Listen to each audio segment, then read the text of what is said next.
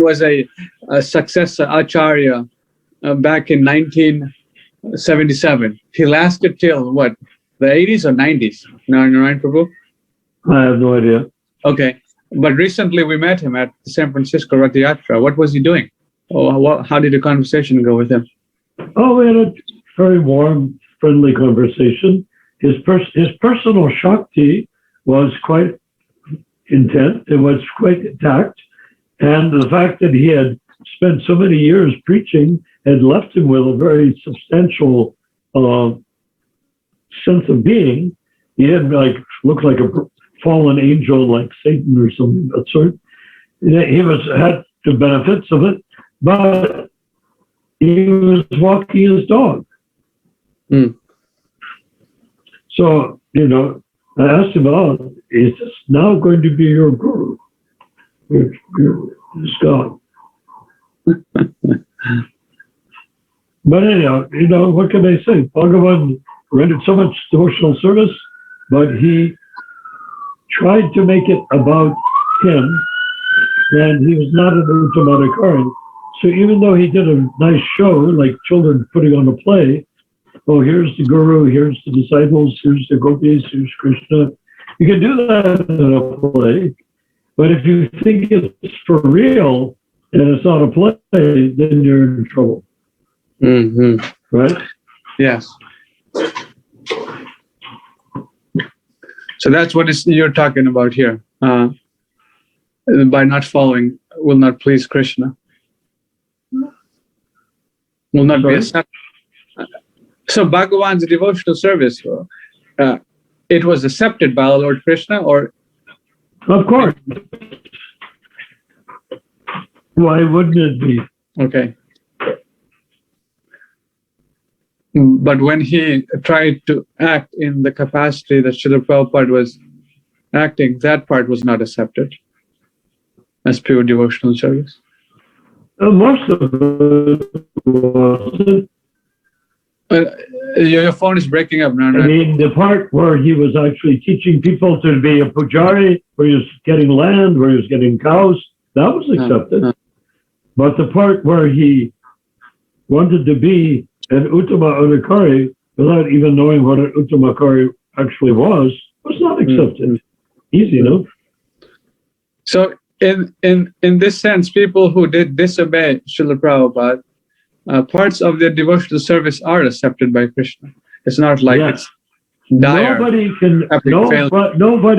who has taken the initiation from Prabhupada can say, you cannot say he has completely disobeyed Prabhupada.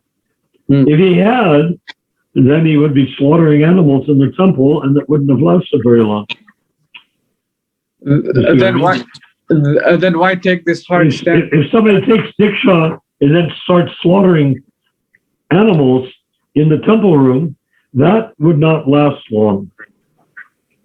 But if a person does everything according to the Kanistha Adhikari standard, then in spite of his flaws and faults, he's considered to be a Kanistha Adhikari. The question is, as Prabhupada said about me, you're in the process, but it may take some time. And Bhagavan is still in the process. He's not like a Lucifer.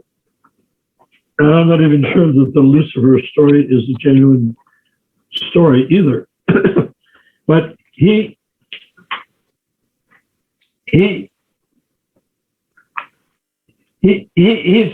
not evil, but put it this way, whoever took initiation from him as a Diksha Guru, when he dies and the disciple dies, the disciple may find himself, like Chidananda, struggling day and night in his next birth to deliver his Guru for the result of having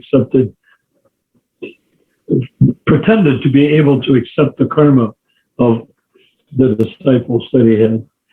Not pretended to accept the karma, he does accept the karma, but pretending that the disciple is delivered by his accepting the karma, he assumes that it goes up the line to Srila Prabhupada. And it would if Srila Prabhupada, if Bhagavan had been a pure devotee. like Prabhupada was to Bhaktisiddhanta. The sins go up through the Sampradaya for sure, but not if there's a lid on your guru's devotional creeper. And the lid is Kinisadakari. And the lid is also Madhyamadikari, although it's a lighter lid, more translucent one. The only lidless condition is the Uttama Adhikari. And so we cannot put anyone down for having served Krishna. We can't say you're evil. We can't say you're a fallen angel or anything like that. That's, we tend to try to get too Christian on these things. Eternal damnation type thing. It's not like that. There is no eternal damnation.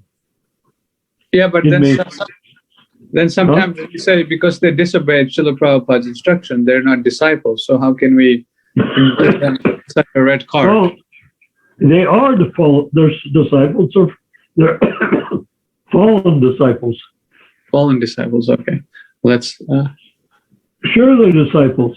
But if you disagree with the pure devotee, insofar as you disagree, you're not a disciple. Okay. So even the GBC, the people that are GBCs now that rejected the direction of management, are they devotees? Yes. Are they disciples of Prabhupada? Barely. Barely, okay. Because by directly disobeying the written order of the spiritual master, which you co-sign, you are basically relinquishing your being a disciple of Srila Prabhupada. That makes sense. That gives more clarity. So, now, does that mean that you do not make advancement by chanting Hare Krishna? Of course you make advancement chanting Hare Krishna. You see what I mean? Yes. But does that mean that you are an Acharya, that you're an Uttamadhikari?